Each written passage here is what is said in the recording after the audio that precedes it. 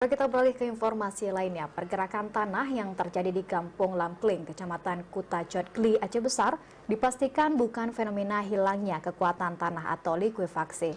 Begitupun warga diminta tetap waspada karena fenomena yang disebut sebagai longsor ini dinilai masih aktif sehingga membahayakan.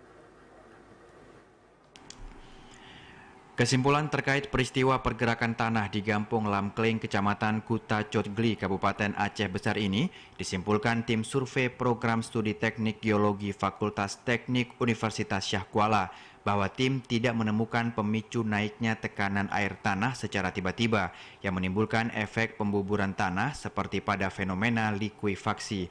Dalam survei itu, tim justru menemukan fakta bahwa fenomena ini merupakan kejadian longsor seperti pada umumnya.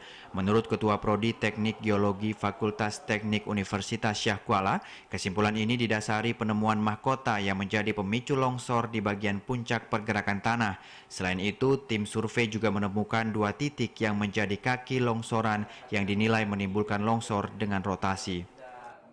Kekhawatiran masyarakat tentang yang apakah gerakan tanah itu berupa likuifaksi, alhamdulillah sudah terjawab. Artinya saya bisa pastikan bahwa yang terjadi di Lamkling adalah bukan proses likuifaksi atau bencana likuifaksi. Meski longsor biasa, tim survei kampus kebanggaan masyarakat Aceh ini meminta warga menjauhi dari lokasi, khususnya penghuni 2 unit rumah yang berada di sekitar lokasi itu. Kondisi ini menyusul pergerakan tanah yang dinilai masih aktif akibat masih tingginya curah hujan yang menjadi pemicu longsor. Fenomena pergerakan tanah meresahkan warga Kampung Lamkling, Kecamatan Kutacot Gli sejak beberapa hari terakhir.